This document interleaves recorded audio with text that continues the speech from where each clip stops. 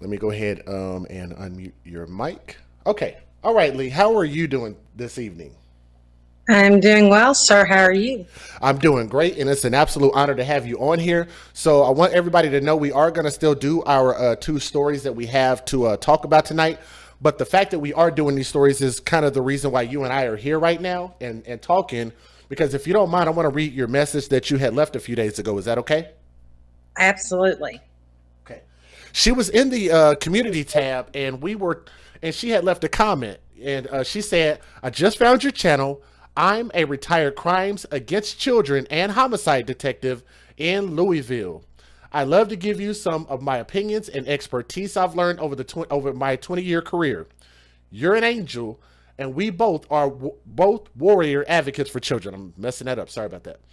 "I'm so impressed with your attitude, views, and commitment to helping those who don't have." So that's kind of how our interaction started. I noticed that a lot of people that actually got on there and they had commented, talking to you, and all of that kind of good stuff. What do you kind of want to let the people know as far as like what you do, your background? Kind of give us an idea about where you come from. Well, I'm 51 years old now, and at 19, I joined. At the point then, it was Jefferson County Police in Kentucky in 1989, and I wrote a beat, and then I went to Crimes Against Children, where I worked mostly sexual crimes against children, and then from there I went and joined the homicide. By then, Louisville Metro Police. It became Louisville Metro Police, and I was in homicide until I decided to retire at 20. We had 20 years then. It was 20 years and out, and you could retire with a full pension. Wow. So what In can you kind of tell us as far as like some significant points in your career as far as over that period of time? I mean, I'm sure there were a lot of things going on. I know you see a lot of things going on right now. Like what are some significant moments you can kind of share with us about your career? Well, I didn't particularly care for, riding around in a circle and riding a beat. And I and we can get into this later, but I myself am a survivor of attack when I was younger, and my father was also a police officer. So I knew I wanted to follow in his steps, and I knew that once, because it's kind of like you can't come into police work and go straight into crimes against children or homicide. It's stepping stones. So, I did what I had to do, wrote a beat, got into crimes against children. Like I said, I did work some physical cases, assisted in hundreds of cases, but my main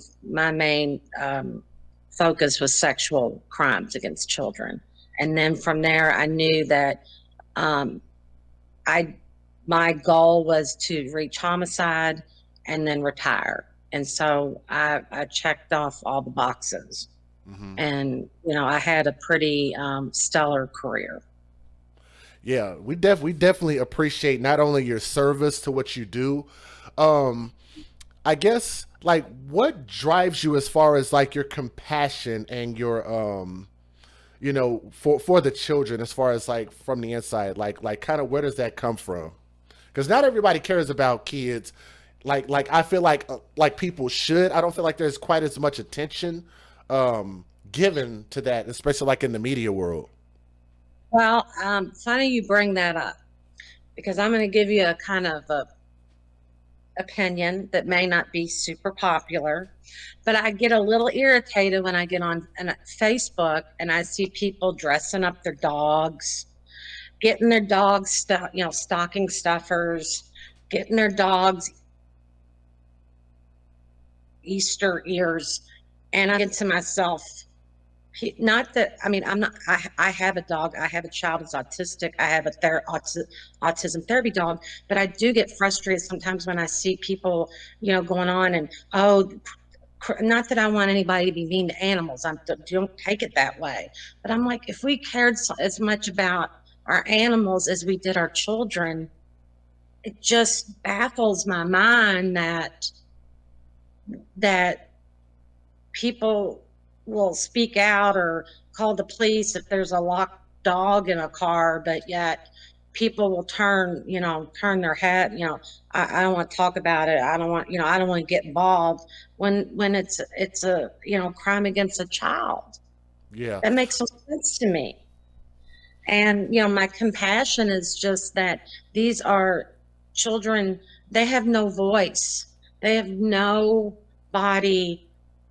They can't stand up for themselves. So they've got to have an advocate. They've got to have people who will stand up for them and speak out, even when, it's like I always say, even if it's something very small, it's say, and I know you've covered so many horrible, horrific crimes, against children, but be vigilant, watch out, take care of your neighbor. You know, if you see something that's not, we all have that intuition, I think, that gut instinct. And if you see something where you're like, well, oh, no, I don't want to call, no, I don't want to get involved, then you're just as bad as the person, I'm not, the perpetrator. I mean, anything small and that you might think is insignificant could be something that is very significant to the case. Right. So always be an advocate and remember that these children, some of them have nobody. And Yeah. if we don't stick up for them and we don't advocate for them, nobody else is going to. Let me ask you this because I want to talk to you about so much stuff, but I'll try to keep this brief with you. Something as simple as one of our mantras on the show. Hashtag see something, say something. I'm not going to lie to you. Like, I'll be real honest with you because it's just me and you talking. Nobody else is listening. Mhm. But I tend to take credit for that saying, even though it might have been around, before our stream. But I do like to kind of take ownership of it because I know it's a message that I push quite a bit because people always ask, like, how do I get involved? What can I do? And one of the simple things that I tell them is if you see something, you can say something, as in you can report it. There are plenty of places to call. If Right. nothing else, you can call, information. You can call Yeah. 911, depending on what the Right. situation is. Can But be anonymous. You don't yeah, have to give your name. but and one of the things that I try to remind people is that you could be wrong. Maybe you don't know the full details, but I almost would rather you say something and be wrong than not say anything Right. and it end up on the news. What do you think about that? Exactly. That simple A- saying, hashtag see something, say something. Absolutely 100%. Absolutely. Because who just, I couldn't carry that guilt. I couldn't. If I knew that I had seen something, saw something, and I didn't say anything, and then I find out later on what happened, I'm sorry, I couldn't carry that guilt. Sorry, if I call on something that was maybe, wasn't anything and put somebody a little bit, out, and I didn't mean to, but, if they're not doing anything and there's nothing that needs to be done, then, okay, honest mistake. But you can't go back and rewrite history once the abuse or a murder or sexual abuse or whatever is already done. You Right. can't go back. So okay, so let's go here. How do you end up finding my channel? Because I mean, I do the best I can to try to share it, but I'm just one person. I kind of do this thing by myself, along with the help of, my AFC family who's in the chat and they're listening, they're watching, they're speaking to you and saying hi and all of that good stuff.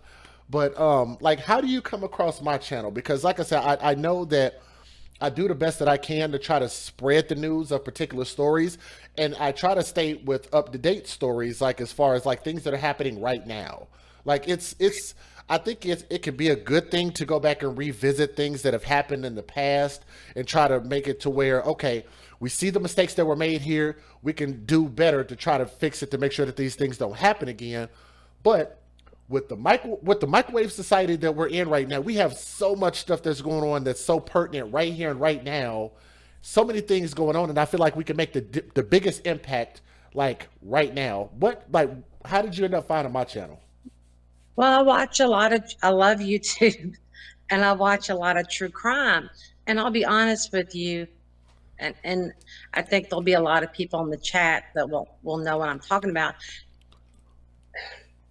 I'm very blunt.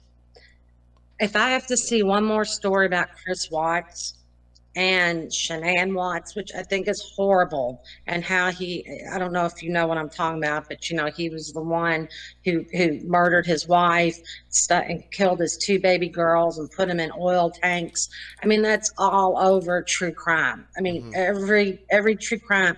And I happened upon you and I saw just your caption about, 8-month-old baby. And I was like, oh, I haven't heard of this yet. And so I clicked on you, and then, not to be an ass kisser, but once I watched 5 minutes of you, I was like, wow, he is awesome. Like, he tells it like it is. He doesn't sugarcoat things. He doesn't, because a lot of people are like, I can't say this and I can't say that because I might be demonetized. Hmm.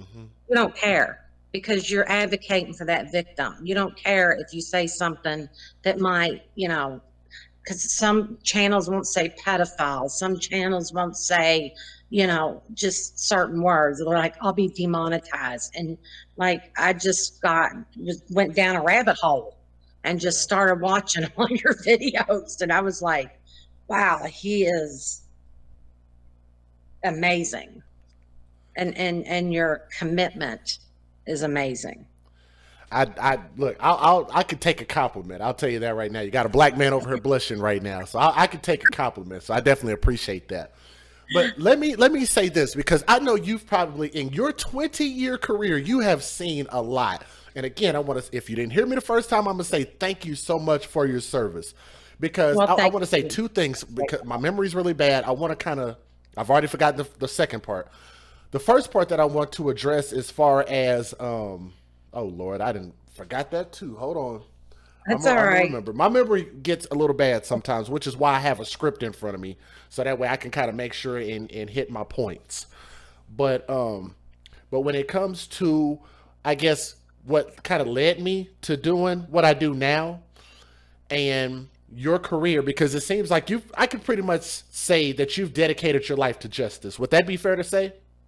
100%, yes. Perfect. So here's my point that I'm gonna make. I go really hard on criminals. I go really hard on thugs. I go really hard on bad mothers, bad parenting, bad stepfathers, bad anybody who causes hurt, harm, and danger to children. Okay, and not only because I have a background in being a youth counselor, which is really cool and all of that kind of good stuff, because I've seen kids from all over the United States of America. I'm not sure if you're familiar with the Christian organization Kanakuk Camps. Have you ever heard of that? No, I have not. They spell it with a K, so if people are interested in looking that up, Kanakuk, spelled with a K, Kanakuk, is actually a Christian-based organization, and what they try to do is they try to run summer camps, among a lot of other things that they do.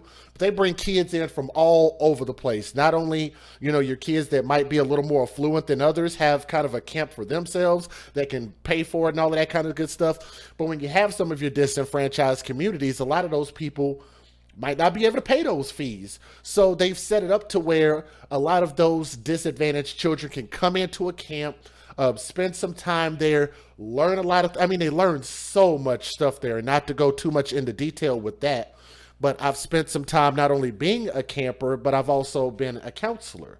So it's kind of always been in my heart. I'm a father as well, so that definitely helps. But let me be really, really honest with you and the rest of the world right now. I have not always lived a clean, spitting image life of what I like to call a law abiding citizen. Okay?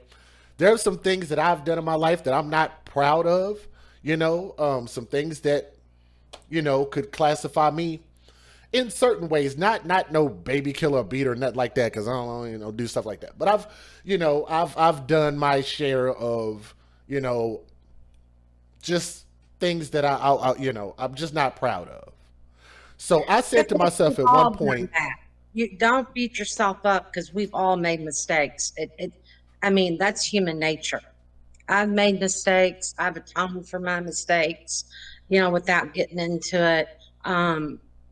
So I've made plenty of mistakes in my life, but and deep in my heart, I know I'm a good person. I may not have always made the best decision, or I could have handled things differently, but I think, don't beat yourself up about that. Yeah. But I will tell you this, because I know I've definitely, done some things. So I felt like I just woke up one day and I said, you know what? That's not who I want to be. That's not what I want my legacy to be. And I try to describe it to people like this. I say, like, every day we're writing the book of our life. Every day we're writing, our paragraphs in there, how our day is, and we're constantly putting chapters in that book. And I said, when people go back and read my book, I wonder what they're going to say about me. And so I got to a point where I said, I want to make a difference. I want people to really say, some amazing things about my life's work. And I will say, not only can I attribute some of the things that I've done for the youth, even being a father figure, whatever the case is, but what this show has kind of allowed me to do, which I didn't realize, that I just ended up coming across some stories and I was just like, why is nobody talking about this? Why is this not a big deal? Like, why is there not something dedicated to talking about this every single day and trying to put these people to shame? So I just said, I'll do it myself. These are stories I care about. I'll just do it myself. And I said, you know what? I've always been really good with helping people with any platform that I have, whether it be something with promotions, where they have to do with club management or whatever the case is. I've always tried to make sure that people have an opportunity to, to share my platform and use it to their advantage. And with this particular platform, kind of, it's started out, very small. I really didn't have a lot of people listening to me, but like I said, I was thankful to the point where, people started to share. People started to really understand what my message is and what I'm trying to accomplish here. You know what I mean? So I guess it's more or less an honor for me to be able to kind of write that type of stuff in, the book of my life, and be able to share that not only with the AFC extended family, but people around the world. These videos have really started to spread in a way that I just never thought that they would. And just the fact of us being here now is kind of proof of that, you know what I mean? And, I'm just like, we need millions of you out there. We need millions of people that literally embody this message of advocating for children first, and Right. really doing what it takes to get justice. And like I say, I mean, with the fact that you were on the legal side of that and doing the investigations, doing the work, the sleepless nights, and I mean, like what is that like when do these stories like how do you feel about that, with regard to when you see these stories, you hear these stories, you've lived through a lot of these stories, like kind of what does that do like to your psyche and you emotionally? Oh, wow. Um, for 20 years, couldn't, especially women, we couldn't show any emotion. If you showed any emotion or weakness, they would, you would be ostracized. So, I had to put on this tough exterior. I had to, watch horrible videos made of people sexually doing horrible things to children. I went to autopsies. I worked horrible, horrific cases. And I don't think those horror shows ever come out of your head. And I do think that a lot, especially some police officers, suffer from PTSD. I do, but the reason I do is because of what happened to me as a child as well. Mhm. And I wish the police department, and it may be different now. I've been gone since 2008, but I wish the police department wouldn't be so like, they need to, and like I said, it could be different now, but back when I was on, it was like, suck it up. You didn't show any weakness. You didn't show any, emotion, because like I said, they would, especially, would ostracize you. So you bottled that up. And, and I wrote you an email, and I have no problem saying this, that, I had to be treated for, alcohol and prescription drug um, abuse, because it was so sad. And I would get off, and I'd sleep for a couple hours, and then boom, I'd get called right back in, and then I'd get back up and go back in. And I mean, it was never ending, back and forth, back and forth. And it was so much pressure and so much sorrow and sadness, and just, it was depressing, but at the same time, it was rewarding when you knew you got, you got the justice that these children deserved. But it will take a toll on you. And I don't want to hear any police officer say that it doesn't bother them, because it does. Yeah. So, speaking of the police, that's definitely something I want to talk about. I didn't used to harp on it so much before, but I definitely do now. As far as these people, I don't know if you caught one of the shows that I've said this. I think it is the dumbest thing ever for people to go around screaming, defund the police, the same police that these people will call and say, police, please come help us. Please come help us. We can't figure this out. Please come save us. Then they come and try to come save you according to the way they've been trained, according to the law. Next thing you know, we's gonna sue you for $5 million and cause you's hurt my babies. And so my whole thing is, I'm just kind of like, they can't win for losing. And then you're talking about, you want them to do a job properly and accurately, and you want them to accept less money to do the job. And last time I checked, I don't know too many people that are going to go around and go do their job for $4 or $5 less an hour, or anywhere else that they work, whatever the case is. How do you feel about that? I know you've heard people say defund the police. How do you feel about that?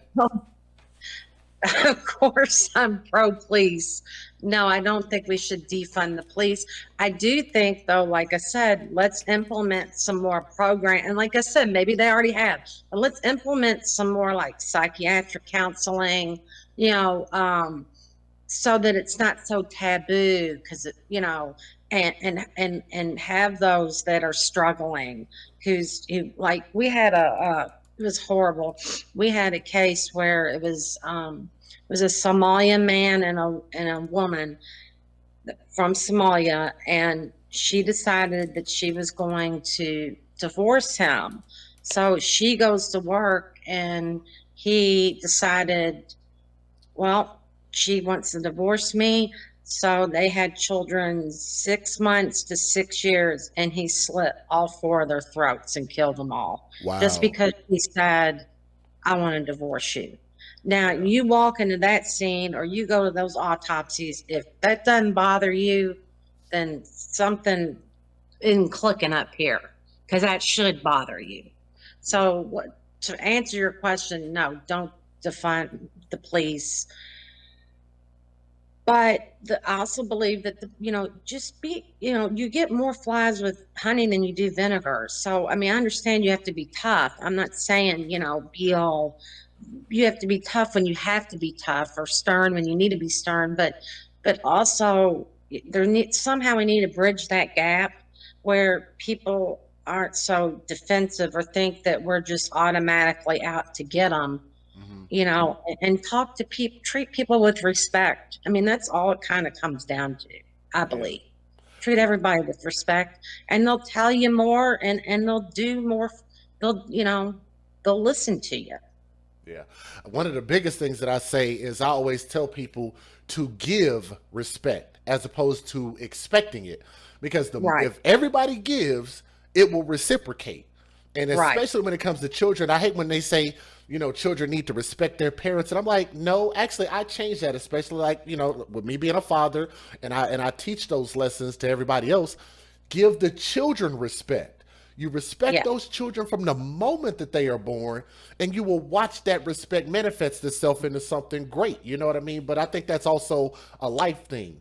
let me ask you this. I won't take too much more of your time, Oh, you're fine. but in your opinion, you've seen a lot, like I say, with you being retired now, but you've been out there, in the streets out there working to serve your country and your community.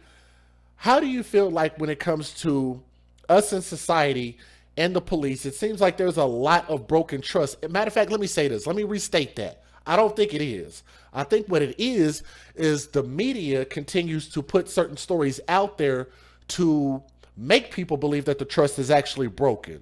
So let me Yeah. restate that. I think it's certain stories that are polarizing that they put out there on purpose. Okay. But what can we do as far as, because I know what I can do. I know my police officers out there. I mean, I can't say that we're buddies or nothing, but I know a lot of them, and I know that they have a job to do. We have the job to do with citizens as well. And I feel like if everybody does their job, I think that could also help us as far as building trust between each other. Like, do you have any thoughts about that or suggestions as far as how the public and police can kind of, I guess, create some more bridges between each other?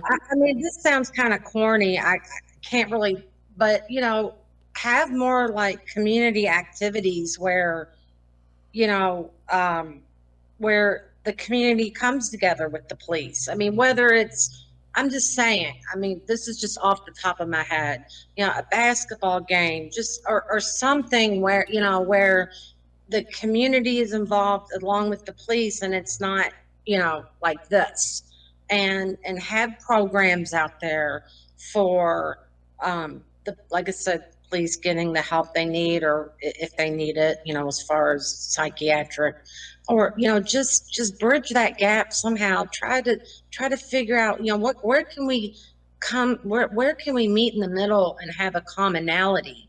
I think we need to find a commonality, and I don't know if I know the exact answer on how to do that right now, but we need a commonality. And like I said, whether it's more like, youth groups, have the police more involved with youth groups, have, community picnics, I don't know, basketball games, something to where, like I said, where it's not us versus them. Yeah. Because that's not the way that's not the way we're here to protect and serve. It shouldn't be us versus them. Yeah. I totally agree. I'm not sure if I have I did have one person in the chat that had a very specific question, and they wanted to know if you've ever worked for ICAC, Internet Crimes Against Children. No, we no, and I what they're talking about. Well, I've had I did not do that. I am not, honey. I could barely turn the computer on. I know what they're talking. They're talking. We had a detective who did do that. However, I did work. And what they're talking about internet is that they're talking about like child pornography, and photographs and things like that. So no, we had a specific detective that was assigned to that, but I did assist in those cases where, and you got to remember, everybody needs to remember, back when I was in there weren't CDs weren't real popular. It was still VHS tapes. Mm. And so people, what they would do is they would put in a VHS tape, say of, I don't know, some kid show, and then in the middle of it, they tape some horrific sexual act with a child. And when I would go on a search warrant, I'd have to collect all these tapes, and I'd have to watch through every single tape. So sometimes there were hundreds. Wow. And yeah, and like I said, now I know it's harder to do with CDs and or DVDs rather, but yeah, it was intense. You had to take tons and tons of VHS tapes and things like that. So, but I know what they're talking about. But yeah, and they're even tougher on them because that child, that's a federal crime, and they work a lot. The internet child crimes against children works a lot with the FBI. Yeah. As I know, that's Breaking a up. whole different beast in itself. Yeah, And with the way that technology evolves, and right, unfortunately their world kind of evolves, those people doing those bad things, which ain't gonna stop us. We definitely, right. if we find out something, we'll definitely try to make sure and, continue to just try to keep, giving our babies a voice and try to help them however we can. Right. But let me go ahead and do this because I know we got a couple stories to talk about, and I've kept Right. you kind of late and waiting on me because I was late. But That's okay. definitely appreciate you. But would you like to give us your closing thoughts? Well, again, my closing thoughts would be, again, like I said, be vigilant. Be, you know, watch thy neighbor. You know, be be active in your community. Talk to your neighbor. Don't just, I don't know them. Get to know everybody that you can within the community, and that way, if there's something, that you see or you know hear, Hmm. because people talk, and just be as vigilant, and and don't be afraid to say anything, even if you are wrong. And it's so important um, like I said, even if it's just a small thing that you think, oh, they wouldn't care, police wouldn't care about that. That could like break open a case wide open. Yeah. Um, but I would love to come back. I know we don't have time, but I've got a whole story of my own as a child that's very interesting. And maybe I could come back another time, and we could talk about that, and you might understand why I'm so committed to helping and advocating for children. Lee, it'd be an absolute honor to have you back on. And like I say, I appreciate you being flexible, which, like I say, everybody's got a life. So I appreciate you being so Right. flexible and I'm coming on retired. kind of at my convenience, you know what I mean? So I definitely appreciate you and be honored. We'll definitely keep in touch, but, Okay. we'd love to have you back on for sure. Well, I would love to come back on. Thank you for giving me this opportunity. God bless you and the work you do, and everybody. And I told you this when we spoke earlier, that everybody in this community, I've never seen so much support and love and just kindness. And that's what really drew me to you all. Because, sometimes you get in on these other, and people just get mad, but I don't see that. And it's so genuine. I feel like this is a genuine group. And that is a blessing. Yeah. So thank you for having me. It's an absolute honor. We'll keep in touch and we'll definitely bring you on here sometime soon for sure. Okay. And I'll get on off here, but I'm going to finish watching your podcast. All right, sounds good. I And want to thank see you, what you have thank to you, thank say. you so much for your time. You're welcome. All right. Thank you. All right, talk to you later. You Bye. take care. Bye bye. All right, ladies and gentlemen, I'd like to again thank Lee for coming on. It's an absolute honor. For us to even start the conversation the way that we did in the community tab like that, I thought was really awesome. And I did see some of y'all comments in there. And like I say, that's why I also want to remind you guys to make sure and check that community tab, because sometimes we talk about things in there. We'll have polls in there and all that kind of good stuff.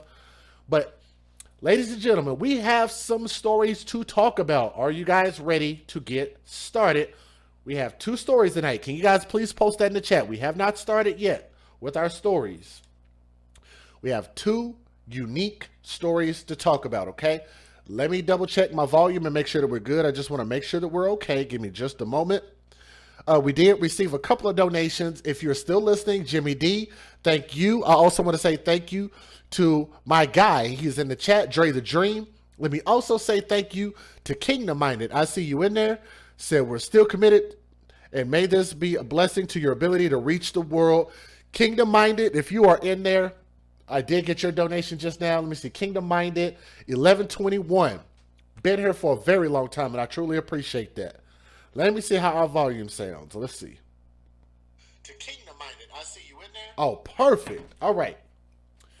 Let's go ahead and talk about this, guys, because I'm going to say some things that might piss some people off tonight, okay? If y'all haven't been pissed off before, you might get pissed off tonight. So if you guys would, please do me a favor and click. I'm going to look in the camera. Let's look in the camera for a moment.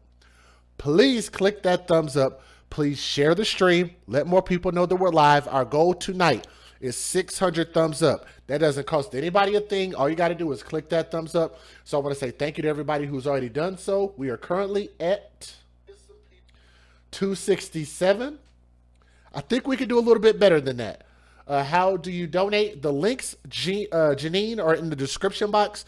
So if you'll look down and you'll expand the tab, you should see a couple of options there for you if you want to contribute. We have Cash App, PayPal, Venmo, Patreon, which is one-time monthly. The chat itself has a built-in feature called Super Chat, and I think you can utilize that as well. So just however you want to do it, I'd be more than honored, okay? Let's go ahead and talk about this.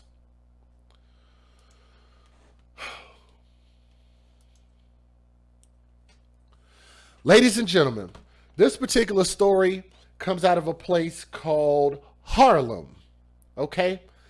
And we've done a few stories out of Harlem. This story is very unique in its own way, but let me go ahead and tell y'all this story. There was a 10-year-old boy, and this 10-year-old boy has died from horrific injuries that included, and I want to brace you, I want to forewarn you, it's going to be a little bit difficult to hear this, but nothing is more difficult than what these kids have to actually live through, okay? This 10-year-old boy suffered horrific injuries that included a lacerated spleen, a lacerated liver, a lacerated kidney, rib fractures on both sides of his body, and bruising between his toes that prosecutors say were inflicted by his stepfather. That was a lot to unpack right there, but let's talk about this simple title, stepfather. I think we give out titles too easily. I don't know how many of you guys understand where I'm coming from, but I think titles like queen, titles like stepfather, stepmom, you know what I'm saying? I think titles and words are very important, okay? And I think that too many times, and I need to give a shout out to Tommy, by the way, because he made me think about this, especially with that queen title, okay? And y'all know what I'm talking about. But when it comes to just giving out titles, I think we give people titles that they have not earned. They have not earned these titles. One of those things when it comes to being a stepfather, as far as I'm concerned, the dude who hurt this boy that y'all see on my screen, who we're getting ready to talk about with that amazing smile right there, who looked like he just was on top of the world. And he's actually taking a picture with his biological father. Let me back that up just for a moment, okay? You can't see him. He's kind of cut out. I think I have a picture of the biological father in there. But he's just as happy as can be with his biological father.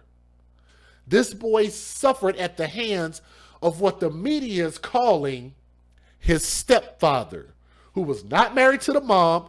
All this man was doing was laying up under the mom because he liked what was in between her legs, and mom liked a man laying on top of her doing all kind of ridiculous things by this thug, at the behest of her own child.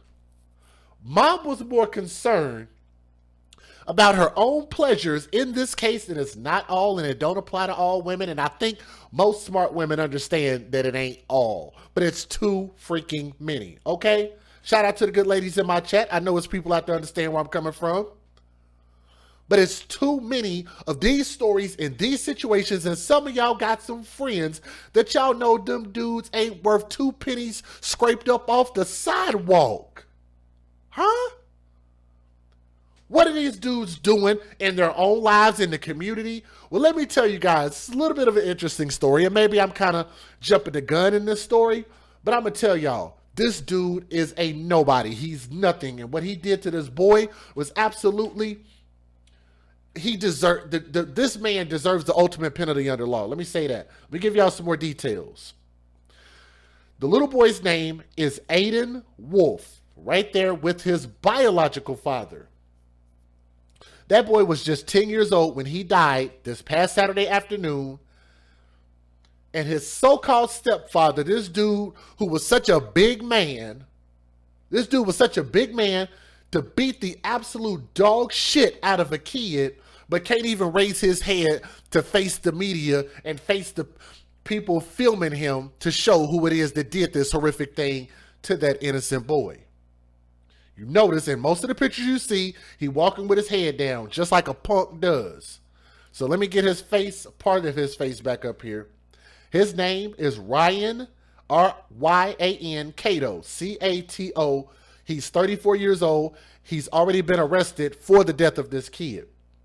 Now, police responded to a call to the boy's home in central Harlem where they found the 10-year-old boy Aiden barely breathing, having fallen unconscious at the family's fourth floor apartment in the St. Nicholas houses, which you guys can see right there. An attempt to revive him with water failed to rouse the youngster. He was taken to Harlem Hospital where he died shortly afterwards. On Monday, Cato, the boy's mom's boyfriend. I hate that they say that. Let me restate it. On Monday, Cato, mama's boyfriend, was awaiting arraignment on murder charges in Manhattan criminal court.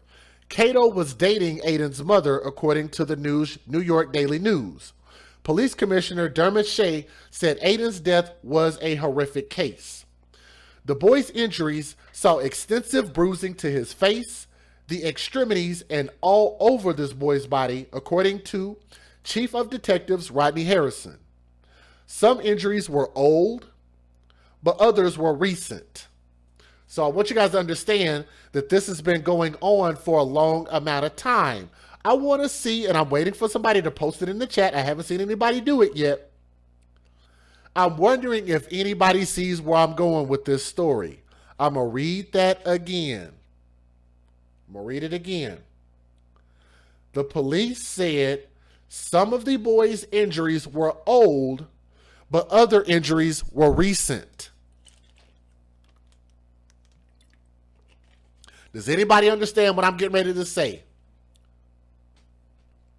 The complaint involved in the city's child welfare agency and concerned alleged child neglect. The news found that Cato has a history of domestic violent arrest. We'll read it again. For all y'all who keep saying that I'm the problem for just giving my opinion about this story. They said that mom's boyfriend has a history of domestic violence. Thank you. Thank you, Dre the Dream, Jody and Lynn, and a few other people. The mother had to have known that this was going on. Either she witnessed it, participated in it, didn't say anything, and just didn't give a shit. And I told you guys, when this type of thing happens, I believe that whomever is the other person that was around needs to be arrested and should serve at least half the amount of time that the perpetrator does. That's not a law that's on the books, I don't believe. But I definitely think that mom needs to be held accountable. Do y'all agree or do y'all disagree? Dre said she allowed it. I believe so. Absolutely. How do you not notice that a 10-year-old boy has that level of damage to his body that was old and brand new and you didn't know a thing? This boy was beaten to death over time. And apparently, mom either neglected to do a background check. Like I always tell you guys, do a damn background check. If you're going to bring somebody around your kids, if you're going to even sleep with somebody, even for just sexual pleasure, why would you not do a background check? Why would you not know, especially to my sisters, my ladies, why would y'all not want to know at least the history of someone if you're willing to let that person inside your body and potentially procreate with that person? You just don't want to know nothing about him? Really? I don't just let, even as a man, I don't just let just any and all chicks just come up in my house, my apartment. No, none of that. Like why are we not vetting? Everybody's got the internet on their phone, tablet, computer, on their damn, what do you call them things? Their Amazon Echoes or whatever you call those damn things. We have all the technology in the world to find out what a person's criminal history is. It doesn't mean that they're always a bad person. I'm not saying that. But what it does do is it creates accountability on your part so that you know, okay, this is what his tendency is. This is what he's been arrested for. And if somebody like this dude that y'all saw on my screen, let's go back. We'll talk about that GoFundMe here in a minute. That guy right there has multiple domestic violence arrests, then maybe you shouldn't bring him around your kid. Let's continue. Many who lived in the St. Nicholas houses said that they heard about domestic problems involving the family. From the information I have, people knew the family had been through trauma and in a bad situation. Sheba Simpson said, who was a neighbor and a candidate for the NYC Council. Where are the services and resources that would have mitigated this murder? In December, mom's boyfriend, Cato, was arrested after allegedly choking the mother of his own kids in front of their two children inside their apartment in Williamsburg, Brooklyn. On that occasion, Cato was charged with assault, menacing, and 2 counts of endangering the welfare of children. Cato is alleged to have hit the children's mother in the face several times before putting his hands around her neck and applying pressure. Cato was also charged in February with assaulting the driver of a yellow school bus in Brooklyn. A woman who claimed to be the cousin of Aiden said the little boy was super smart and super intelligent and wanted to become a professional YouTube gamer. He was very technologically savvy, well-mannered, said the woman who identified herself only as Jennifer A. to the New York Times. I'm not sure if Jennifer A. is the mother or not, but we will talk about that GoFundMe here in just a moment. But Jennifer said Aiden was his mother's only, Jennifer said Aiden was his mother's only child and that she doted on him. They were always together, she said. She said Aiden's mother had survived brain cancer as a teenager and that it left her disabled. She was very protective of him. She was a good mom, Jennifer said. I don't understand what went wrong. I never seen a bruise, a fracture, or anything on him. She added, saying that she had never noticed any signs of abuse. It's not her job, Jennifer A., to see the abuse. If she saw it, then that's one thing.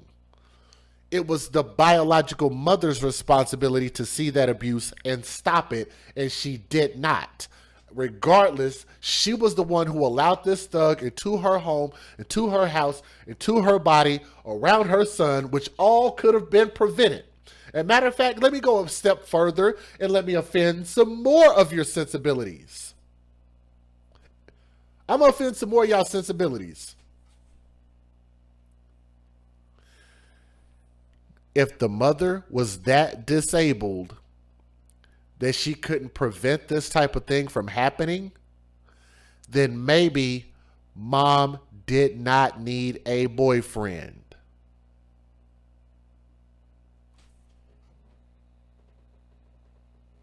Did y'all catch that? Did some of y'all just get mad? Did some of y'all just unsubscribe? Or some of y'all gonna go flaggy my channel?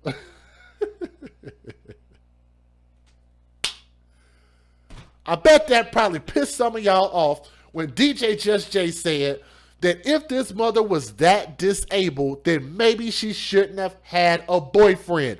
Maybe all of her focus should have been to focus on taking care of herself and her son. How about that? Huh? Where's the catch me outside girl when you need her? Let's talk about one more thing.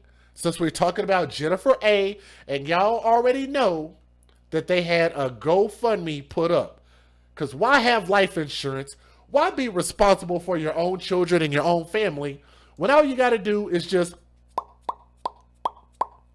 wait for a sad story to happen and pluck on the heartstrings of Americans who feel sorry about your unfortunate circumstance?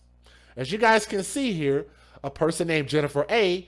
created a GoFundMe page for $15,000. Do y'all see this shirt that I have on? If you can't see that, this shirt says hashtag babies for benefits. Because it seems like the only time that we get GoFundMes put up is for somebody else to benefit off of the death of these children, as opposed to making sure that these children have a successful life while they're here. We put them in the worst positions, put them around the worst boyfriend, have them living in the worst housing additions, but then we're going to go all out when he's dead. How does that even make any damn sense? $15,000 that they're going to collect off of the death of this baby boy who cannot speak for himself nor defend himself against mom's boyfriend, which was her choice to have him in her house. I'm sure he didn't just kick in the door and said, hey, I'm here. Don't work that way. Let me give you guys the fair usage. Let's start with our first video. Let's get it. Federal law allows citizens to reproduce, distribute, or exhibit portions of copyrighted motion pictures, videotapes, or video discs under certain circumstances without the authorization of the copyright holder. This is called fair use. It is allowed for purposes of criticism, news reporting, teaching, and parody, which doesn't infringe of copyright under 17 U.S.C. 107. All right, let's get it. We begin tonight with breaking news in Harlem. Police have made an arrest in the death of a 10-year-old boy. Aiden Wolfe's stepfather has been charged with murder as an outraged community speaks out. CBS 2's Nick Calloway live tonight in Harlem with the details. Nick. Yeah, the boy's stepfather did not say a word tonight to reporters as he was walked out of the 3-2 precinct in handcuffs. He's accused of killing that little boy inside the family's apartment. Outside this St. Nicholas Houses apartment building on 131st Street, a small memorial pays tribute to the young life taken too soon. 4 floors up, police still stand guard outside apartment 4F, where 10-year-old Aiden Wolfe was found Saturday afternoon. Sources say he was covered in bruises and cuts, some new, some old. His stepfather, 34-year-old Ryan Cato, was charged with murder and endangering the welfare of a child. It's a tragedy through and through. Destiny Rogers lives down the hall. Hours before police were called to the apartment, she heard what sounded like sporadic shouting. She was wearing headphones, so she didn't know which apartment it was coming from. Just raised my headphone really quickly, but I didn't hear anything that was alarming to me that would draw me to start worrying. Nothing at all. So, called the elevator and I just walked out. We commit. We commit. We commit. We commit to not give up on our young. To not give up on our young. Saturday afternoon, advocates rallied outside the apartment building to pray for the little boy and stand against violence. The head of the St. Nicholas Houses Tenants Association says it's up to neighbors to look after each other and prevent tragedies like this one. These walls are thin enough to where you can hear a child being beaten. Yes. You know what? You think it's not your business, but when it's tragically winds up on the news, it is your business. Some neighbors on the 4th floor are still shaken by the little boy's death. Rogers says she could barely sleep last night knowing what happened just down the hall. I never would have thought that something like that would hit close to home, because it seems like it's from a movie. It's disgusting. It's just disgusting. Police sources tell us the boy's mother was also being questioned by police in this case, but so far no charges against her. Reporting live in Harlem, Nick Calloway, CBS 2 News. Memorial candles lining the sidewalk that lead to a family's apartment where a 10-year-old boy died, found beaten and terribly wounded on the living room floor. Now his 34-year-old stepfather, Ryan Cato, charged by the police with his death. His mother, too, questioned by officers, even as neighbors rallied for more support to prevent domestic violence. From the information that I have, this family has been in trauma and has had situations before. And so my question is, where were the resources and services that could have mitigated this murder? Somebody knew something was wrong and didn't say anything. Police sources confirming the boy had cuts, bruises, and puncture wounds to his body. His stepfather charged with murder and endangering the welfare of a child as the police and Child Protective Services investigate. He went to school with one of my grandchildren, And it's just like he's mine, you know. It's just devastating. And Child Protective Services did release a statement to Pix 11 News saying that children's safety is their top priority, that they will continue to work with the NYPD on this investigation. The medical examiner also working to establish a cause of death of this 10-year-old boy. We are reporting live this morning from Harlem. I'm Kirsten Cole, Pix 11. Sorry, I know the volume on that last video wasn't that loud, but let me say this, because let me address the woman who had the headphones on, so allegedly had headphones on and heard all that screaming and hollering and all of that stuff. She heard something and realized that something was wrong, and she did not say anything. She heard something was wrong and didn't say anything. And I'm not going to put too much blame on her because, like I say, this starts with the biological mother, biological father, and the people who we choose to date. That's where the problem starts, okay? But I'm just calling people to be just a little bit more aware. So I don't want to get on to the neighbor too much, but I do want to say that whatever she heard, if she would have called the police, called the authorities, and not be afraid to be called a snitch, it could have potentially saved this boy's life, which is why it's important when y'all hear those type of things, it'd be better to call and be wrong than to not call like we just talked about. And it cost a child their life. The least we could do is make a phone call. And that was the lady right there. And again, I mean no disrespect to her at all. But like I say, that might have just, we use these as cautionary tales. This is just a situation where we can look at it and say, we might have been able to save a life if we would have done something different. Okay? So hopefully everybody understands where I'm coming from. Let me say this next thing about that GoFundMe, because I know not everybody's going to get where I'm coming from. Why are we so, and people actually, I don't know if y'all noticed or not, I've had people in my comments section in some of my videos and ask me, are you the GoFundMe police, DJ Just J? And I actually responded to them and I said, well, yeah, I can be. I don't mind being called the GoFundMe police. I really don't mind. Because I think it is outright disgusting.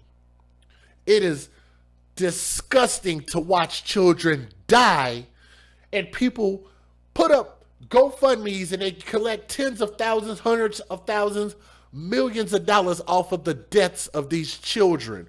When number one, we won't do something as simple as go to gerberlife.com and get life insurance, which is extremely cheap. The earlier you do it, the cheaper it is. And it's never too late to get life insurance. Let me say that again. It don't mean everybody will qualify, but it's never too late to try to get life insurance. Okay? But why are we so quick to help the dead over the living? I don't know if you guys have ever really thought about it like that, but this has been bothering me sometime ever since I've been talking about these GoFundMes. It's like as soon as the GoFundMe is put up, boom, $15,000, boom, $25,000 in 3.5 hours.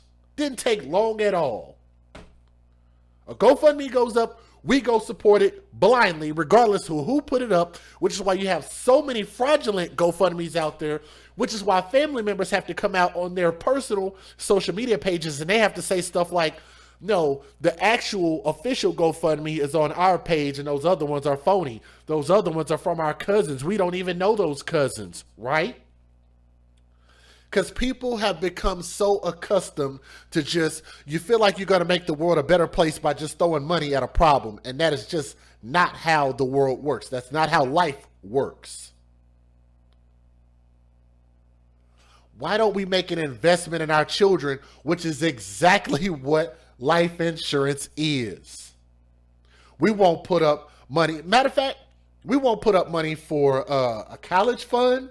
We won't put up money for a class high school ring for graduation, for a letter jacket, for books,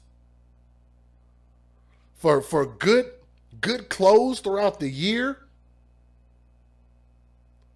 We will spend our money on some of the most ridiculous things And our children won't even have something as simple as a meal to come home to.